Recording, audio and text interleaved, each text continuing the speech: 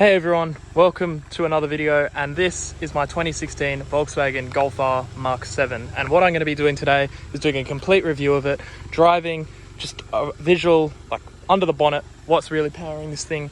And yeah, so we're going to get straight into this. Let's start off with the cosmetics. This car looks absolutely stunning, and even though it's an 8-year-old car, it still looks absolutely fantastic in 2024. It doesn't quite match the aggression of the 7.5, so the facelift of the Mk7, but I think this car is absolutely fantastic to look at.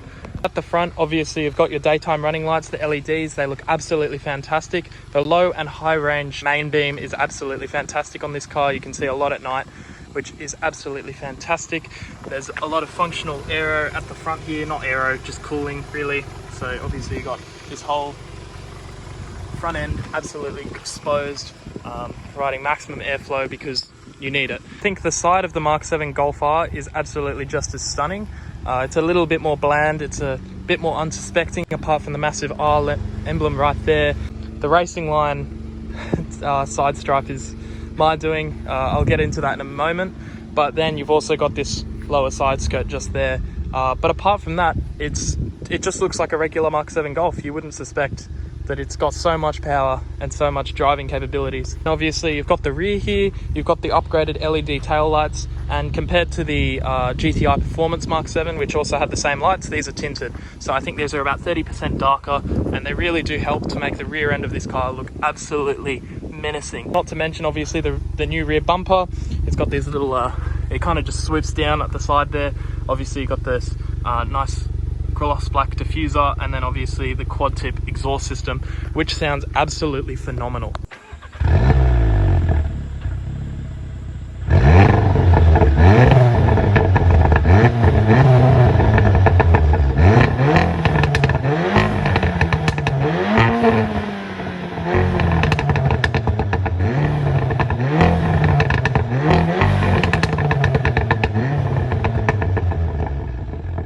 Ignoring the pops and bangs, the exhaust sounds absolutely phenomenal.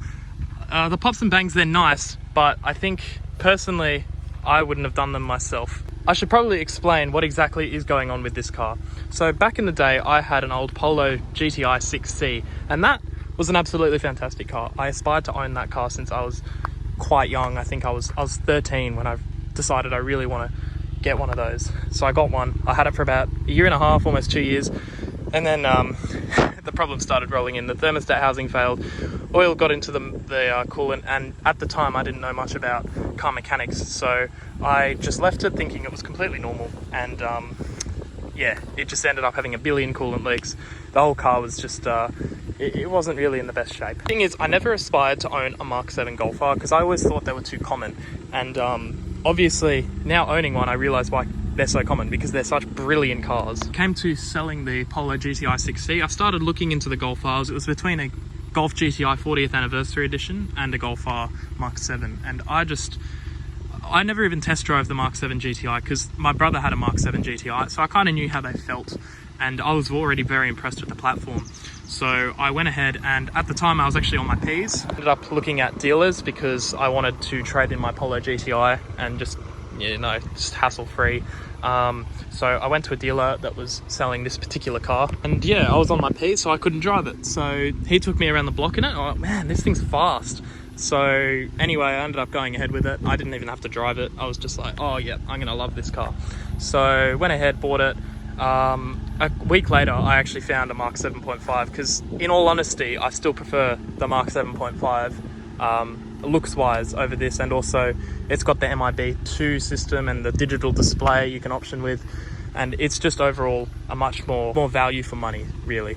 So I really liked the spec of this car, so I went ahead with it, and then a week later I found a Mark 7.5 for sale for a pretty good price, and I was kind of kicking myself about it because it had every single option, and it was manual as well, and yeah, so I was really kicking myself about that. But then a couple of weeks later I discovered this car had a stage 2 tune on it which I didn't actually know, so I bought this car not even knowing it had a stage 2 tune on it. So a little bit about the stage 2. It's 283 kilowatts, 553 newton meters, so that's about 384 horsepower. So it's almost 400 horsepower in a Golf R, which is just a ridiculous thought. So this car really, really moves, and obviously I'll demonstrate that later when I take it for a drive. But I think now what we should do is pop the bonnet and see what's under there. Under the bonnet of the Mk7 Golf R, you will find the infamous Gen 3 EA888 engine. So obviously 2-litre 4-cylinder turbo. It's got the IS38, which is known for its questionable reliability. In terms of the modifications, obviously you've got the Racingline R600 intake, the silicon inlet pipe. I did an upgraded diverter valve. I was told it was going to be a diverter valve, but it ended up being a blow-up valve, a blow-off valve, because yeah, my old diverter valve was shot. So I went, oh yeah, I'll just upgrade it. And I didn't realise it was putting a bloody blow-off valve in it, but it's very discreet, so if Highway Patrol ever pull me over, they'll just think it's an upgraded diverter valve because you can't see the trumpet, which is absolutely fantastic. But in terms of performance mods that you can't see, it's got a downpipe, of course, with a 200 cell cat, Miltech downpipe, fantastic system.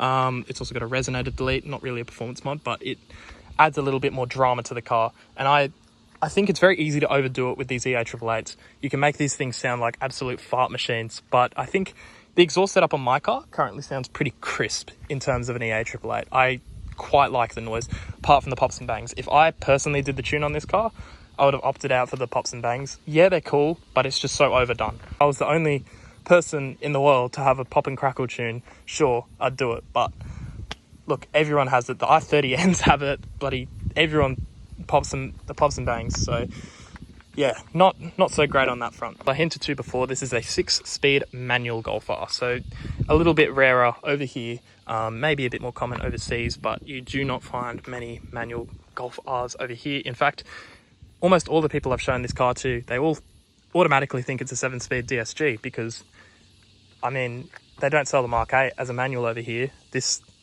Mk7 platform was the last ever Golf R that we'll get over here to ever have a manual gearbox. So it's pretty cool for that, and obviously that's hopefully going to allow this car to appreciate with time. Not so sure about that one, but anyway. So now obviously it's got the, if you do a tune, you've got to obviously tune the DSG, make sure it's capable of handling all that power. So obviously in a manual, a stock clutch is not going to handle 283 kilowatts. So it's got an organic clutch rated for 500 horsepower. It's a really nice feeling clutch. The bite point's very bizarre, like you have to get it perfect.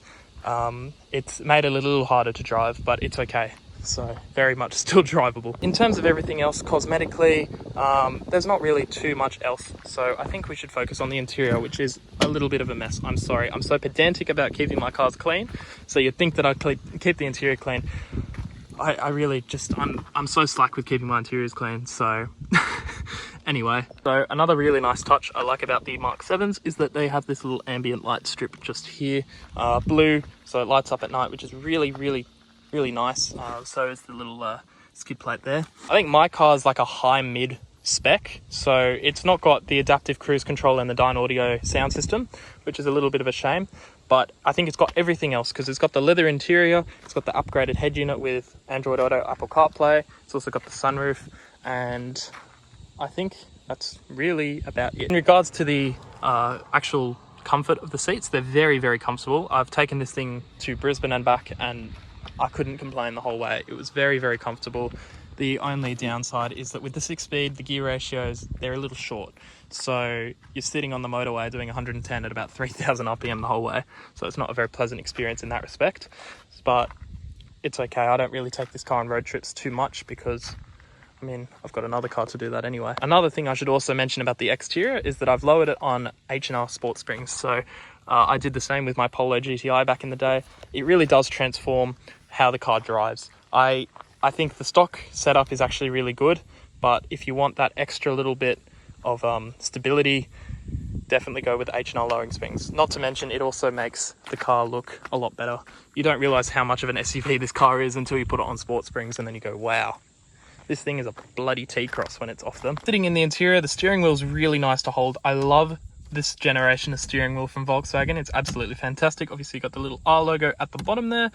3 pedals at the bottom, just how it should be. And then obviously I've done 113,000 Ks. I bought the car at 99,000 Ks, but I couldn't drive it for 6 months because I was still on my Ps. So in about 7 months, I've done 13,000 Ks in it, which is pretty cool.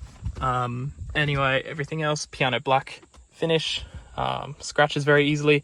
It's very dusty, of course. Apart from that, the car's always been serviced at Volkswagen, which is absolutely fantastic, and I really can't complain about anything. That's a bit of a lie. I can complain about a couple of things. So obviously every car's going to have problems, but the common EA888 issues are water pump and thermostat housing, which is just starting to begin to leak on my car, which is a real problem. But I mean, it's expected. I'm pushing more power than stock, and the water pumps aren't great to begin with. So look, that was expected at some point. Another issue I'm facing, which I don't know how common it is, but I've heard it's a little bit of a problem with other owners.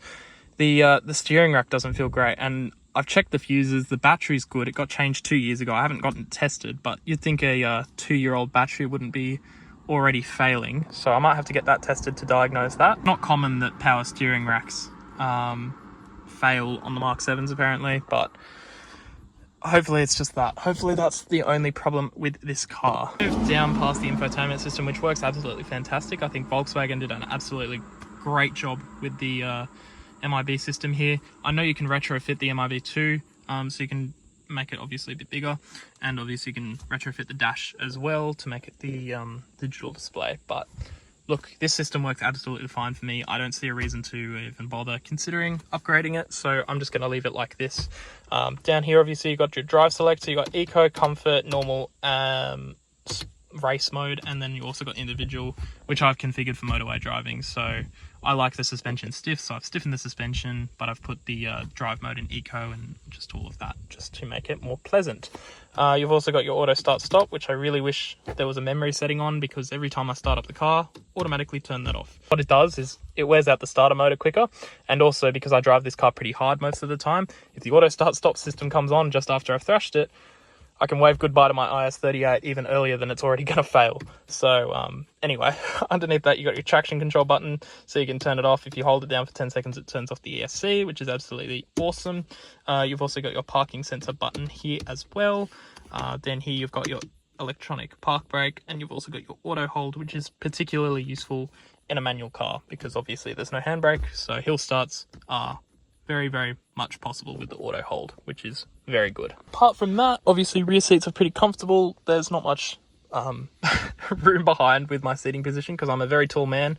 So yeah, I think that's about it with the car. So let's go take it for a drive because I'm itching to drive it. Okay, so here we go, driving the Golf R, and what happens every time I start it up, obviously it's got a factory valve control system, so it shuts the valves every time you turn it off, regardless if you're in race mode, comfort mode, whatever. So what you do, you got to cycle through to normal mode, then you leave it, put it into race mode, then it forces the valves open, and you can enjoy all that the Golf R has to offer. So I don't understand why you would buy this car and ever close the valves, because it's a Golf R. Obviously you want to enjoy it. I'm going to apologize for my awful film setup. It's probably going to be bouncing around a lot just because of the below average setup that I've got at the moment. So anyway, let's get to it. So put it in first. Let's attempt to make a UE here and hope that we don't spot any highway patrol, because that would not be an ideal situation. My oil temp is currently at 91 degrees and I've got people coming, so this is going to be annoying. I'm going to come back to you in a minute when I've let these people hit and zoom ahead. Time, let's get going in the Golf R. Yeah, gosh, this is going to be shaky. All right, so just driving it normally. We're going to start off driving it normally. Look, it feels okay. Dear, this setup is absolutely terrible. I apologize a lot. It's really smooth. Obviously I'm in race mode, so the suspension's a little bit stiffer. I wonder if I'd put it into comfort mode if it would make the quality any better. No, because this road's terrible. It's a nice road, but they need to repave this badly. Alright, so yeah, just cruising along in third, doing about 40 k's an hour at the moment. Can't really tell on the video because it's so damn shaky.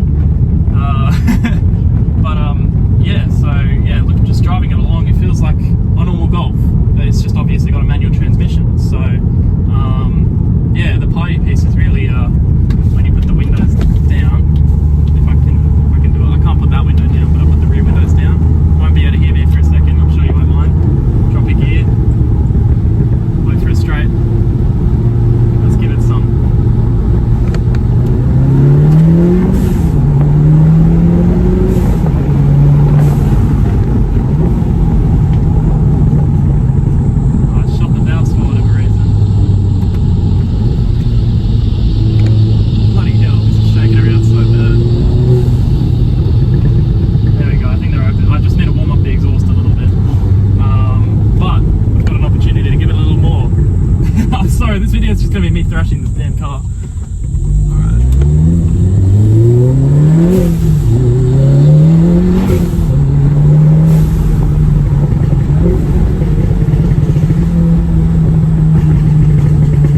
Oh my god, I love this car. It's fantastic. It drives so amazingly, and I just love just how quick it is. Like, it's ridiculous. It's got a Haldex 4Motion all-wheel drive system, so that really helps you get off the line compared to a GDI, which just spins up the front wheels. But my god, this car's fun. And that wasn't even with the traction off, that was with it on. And it's even faster with it off, because the tune, I don't know, the tune just works better with the traction control. The setup is so terrible that it literally, it fell off. So I fixed it, hopefully, and hopefully it's going to be more stable this time as well. I've done a little bit of tweaking, so it should be okay. But what I'm going to do now is give it a bit, of course, because I can.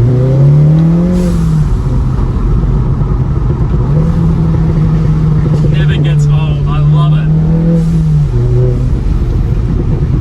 And the brakes are really good in this car. Obviously, they're upgraded Golf R brakes. Oh, it's starting to rain. That's not good. So yeah, they're exclusive to the Golf R. They're really, really good. But actually, I might be wrong there. They could have been in the GTI Performance as well. Correct me if I'm wrong. But no, they have a lot of stopping power.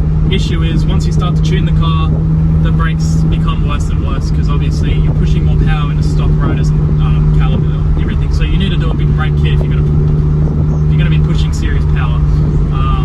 Fortunately, Racingline and a bunch of other brands offer big brake kits for Golf R's, because obviously they're a very popular car, so it's very easy to find parts for them. At some point I'm thinking of doing a Racingline big brake kit, but that would not be for the foreseeable future. But yeah, so look, I'm driving it just normally now. I'm in 5th gear, doing 60 k's an hour. It's starting to drizzle, but it doesn't matter because it's not too bad. And look, the car's comfortable, even in race mode, right? So it's a very user-friendly car. With this clutch, I can't really daily this car, especially with what I do for work. So I've bought another car for work. This is more so take out on the weekends, enjoy, because it begs to be driven fast. This is the problem. And if I drove this every day, I wouldn't have a license. That's just the truth of it all. So look, I'm glad that I'm able to just take it out on the weekends, enjoy it, really make the most out of driving it, because this is just such a fantastic car. And yeah, a massive upgrade for me over the Polo. The Polo was a fantastic little car, but I think this is really just another level. It's a complete class of its own. And I do actually have a Mark V Golf R32 as well. It's just currently got the chains done. It's having a little bit of an oil pressure moment, so look, that will hopefully be back soon. So I'll obviously be doing a review on that, because that has got to have one of the most insane exhaust systems I've ever heard on a vehicle in my life. So anyway, back to the Golf R. Look, it drives really, like, I keep saying it, there's not much to say about it. Like, it just does everything so well. It's German. It's a German car. Obviously, it's going to do everything really well. Interior doesn't feel cheap. It actually feels really nice. You've got leather everywhere if you get the luxury interior, which I highly recommend you should, because obviously you've got the heated seats as well, which is a real nice novelty to have. But yeah, honestly, apart from that, the interior, it's just a functional interior. There's no downsides to the interior, nothing squeaks. The stock sound system it comes with is actually really good as well, so that's always a positive. Yeah, just turn the traction back on. We've got some people behind me now, taking it slow, just having a cruise. So yeah, look, honestly, I don't have much else to say about the car. Oil temperature's all good. Maybe if you tune the car, you should really invest in an oil cooler, which I know would really help, because on track I got this thing up to about 115. The operating temperature is meant to be from 95